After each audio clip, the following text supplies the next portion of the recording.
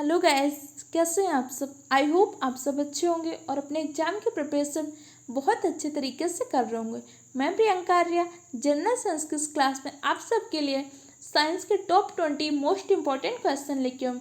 ये क्वेश्चन आपके एनटीपीसी व ग्रुप डी के एग्जाम के लिए स्पेशली डिजाइन किए गए हैं। इस क्वेश्चन की अगर आपको पीडीएफ चाहिए तो पीडीएफ के लिए हमारे टेलीग्राम चैनल को ज्वाइन कर लीजिए। टेलीग्राम चैनल की लिंक आपको डिस्क्रिप्शन बॉक्स में दी गई है। एनटीपीसी और ग्रुप डी के लिए जनरल साइंस के 500 मोस्ट इंपॉर्टेंट क्वेश्चन की सीरीज चल रही है, जिसके टॉप 20 इंपॉर्टेंट क्वेश्चन हम डिस्कस कर चुके हैं। अगर आपने अभी तक उन क्वेश्चंस को नहीं देखा तो हमारे चैनल के प्लेलिस्ट में जाइए, वहां से देख लीजिए। आज हम 21 से क्वेश्चन को डिस्कस करते हैं।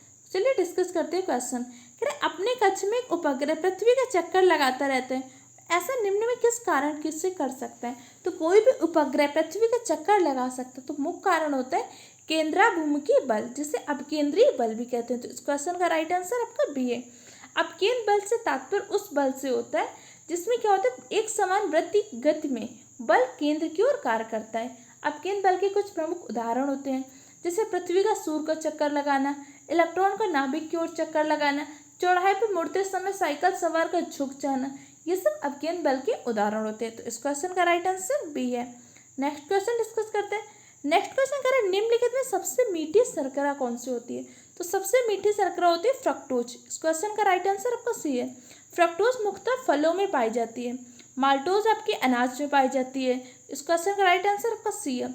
नेक्स्ट क्वेश्चन डिस्कस करते हैं। नेक्स्ट क्वेश्चन कह रहे पेंसिलिन किससे प्राप्त किया जाता है। तो पेंसिलिन एक प्रकार का प्रतिजैविक है। इसका प्राप्त किया जाता है कवक से या फफूंदी से। तो इस क्वेश्चन का राइट आंसर सी है। पेंसिलिन का आविष्कार किसने किया था। तो पेंसिलिन का आविष्कार किया था अलेक्जेंडर फ्लेमिंग ने, और पेंसिलियम नोटेटम नामक कवक से पेंसिलिन को प्राप्त किया जाता है। नेक्स्ट क्वेश्चन डिस्कस करते हैं। अगर आपको इन क्वेश्चन के आंसर आ रहे हैं तो आंसर में कमेंट बॉक्स में दीजिए, या फिर आपका स्कोर कितना, आपके कितने क्वेश्चन सही हुए ये मैं कमेंट बॉक्स में बताइए। नेक्स्ट क्वेश्चन करें, किसी लिफ्ट में बैठे हुए व्यक्ति को अपना भार कब अधिक मालूम होता है। जब लिफ्ट त्वरित गति से ऊपर जा रही होती है तो उस स्थिति में लिफ्ट में बैठे व्यक्ति को अपना भार अधिक मालूम होता है। तो इस क्वेश्चन का राइट आंसर आपका क्या ए। जब लिफ्ट त्वरित गति से ऊपर जा रही होती है तो लिफ्ट में बैठे व्यक्ति को अपना भार अधिक मालूम होता है। क्वेश्चन का राइट आंसर आपका ए है। नेक्स्ट क्वेश्चन डिस्कस करते हैं। नेक्स्ट क्वेश्चन कह रहे हैं निम्नलिखित में से कौन सा युग्म सही सुमेलित नहीं है। कह रहे इसमें ऐसा कौन सा युग्म है जो सुमेलित नहीं है। स्कार्बिक एसिड नींबू में पाए जाते हैं तो सुमेलित है। लैक्टोज शर्करा दूध में पाई जाती है, ये भी सही है। एसिटिक एसिड दही में, ये आपका गलत है। दही में लैक्टिक एसिड पाया जाता है। फॉर्मिक एसिड लाल चींटी में पाया जाता है। तो इस क्वेश्चन का राइट आंसर आपका क्या हो जाएगा सी। एसिटिक एसिड किस में पाया जाता है। एसिटिक एसिड किस में पाया जाता है, इसका आंसर कमेंट बॉक्स में दीजिए। दही में कौन सा एसिड पाया जाता है, तो दही में लैक्टिक एसिड पाया जाता है। दूध में कौन सी शर्करा पाई जाती है, तो दूध में आपकी लैक्टोज शर्करा पाई जाती है। लैक्टोज शर्करा किण्वन की प्रक्रिया द्वारा लैक्टिक एसिड में परावर्तित हो जाती है। इसी प्रक्रिया को कहते हैं दूध से दही का बनना। तो दूध से दही बनता है किण्वन की प्रक्रिया के द्वारा। दूध से दही बनने में कौन सा जीवाणु उपस्थित होता है, तो लैक्टोबैसिलस नामक जीवाणु। दूध में कैसीन नामक प्रोटीन पाई जाती है।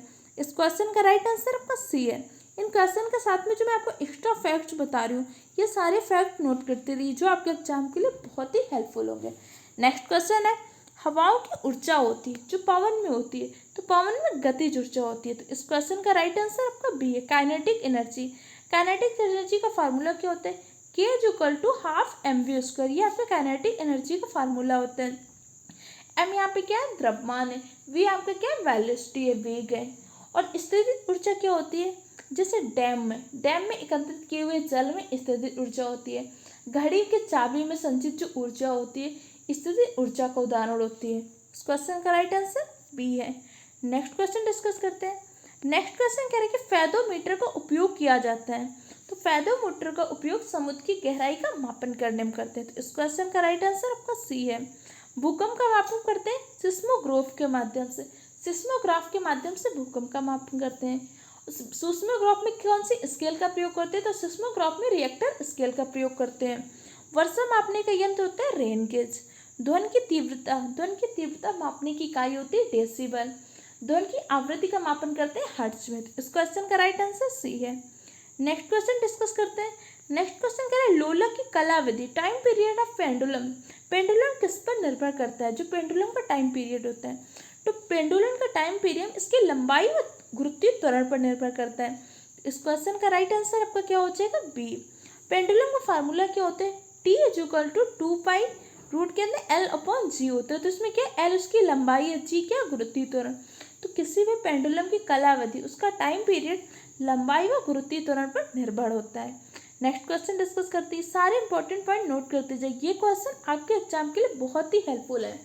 जैसे कि आप सबको पता है कि एनटीपीसी और ग्रुप डी की टेंटेटिव एग्जाम डेट घोषित कर दीजिए, तो इसलिए आपको जो टाइम मिल रहा है इस टाइम को बहुत अच्छे से यूटिलाइज करिए।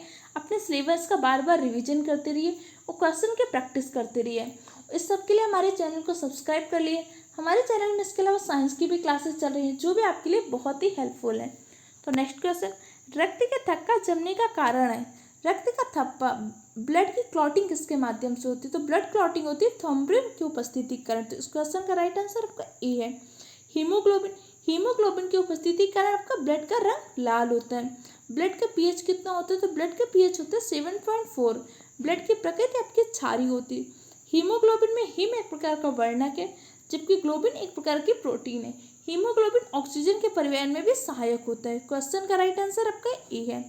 नेक्स्ट क्वेश्चन डिस्कस करते हैं। नेक्स्ट क्वेश्चन कह रहा है कि किसी तत्व के परमाणु में 2 प्रोटॉन या न्यूट्रॉन है और 2 इलेक्ट्रॉन है, तो उस तत्व के परमाणु संख्या कितनी होगी? कह रहा है किसी भी तत्व के परमाणु में 2 प्रोटॉन है और 2 ही आपके न्यूट्रॉन है, तो इलेक्ट्रॉनों की संख्या 2 है, तो द्रव्यमान संख्या क्या होगी? द्रव्यमान संख्या होती है आपके प्रोटॉनों की संख्या व न्यूट्रॉनों की संख्या। तो प्रोटॉन आपके 2 हैं, न्यूट्रॉन भी आपके 2 हैं, तो टोटल कितने हो जाएंगे? 4। तो इस क्वेश्चन का राइट आंसर आपका बी है। द्रव्यमान संख्या क्या होती है? प्रोटॉनों की संख्या व न्यूट्रॉनों की संख्या के योग को द्रव्यमान संख्या कहते हैं। और परमाणु के नाभिक में कौन कौन से उपस्थित होते हैं? तो नाभिक में प्रोटॉन व न्यूट्रॉन उपस्थित होता है, जबकि इलेक्ट्रॉन नाभिक के बाहर वृत्ताकार कक्षाओं में चक्कर लगाते हैं। प्रोटॉन में कैसा आवेश होता है? तो प्रोटॉन में धनावेश होता है। न्यूट्रॉन में किसी भी प्रकार का आवेश नहीं पाया जाता। इलेक्ट्रॉन में आपका ऋणावेश होता है। प्रोटॉन की किसने खोज की थी? न्यूट्रॉन की किसने खोज की थी? इलेक्ट्रॉन की किसने खोज की थी? इसका आंसर आप कमेंट बॉक्स में दीजिए। नेक्स्ट क्वेश्चन डिस्कस करते हैं।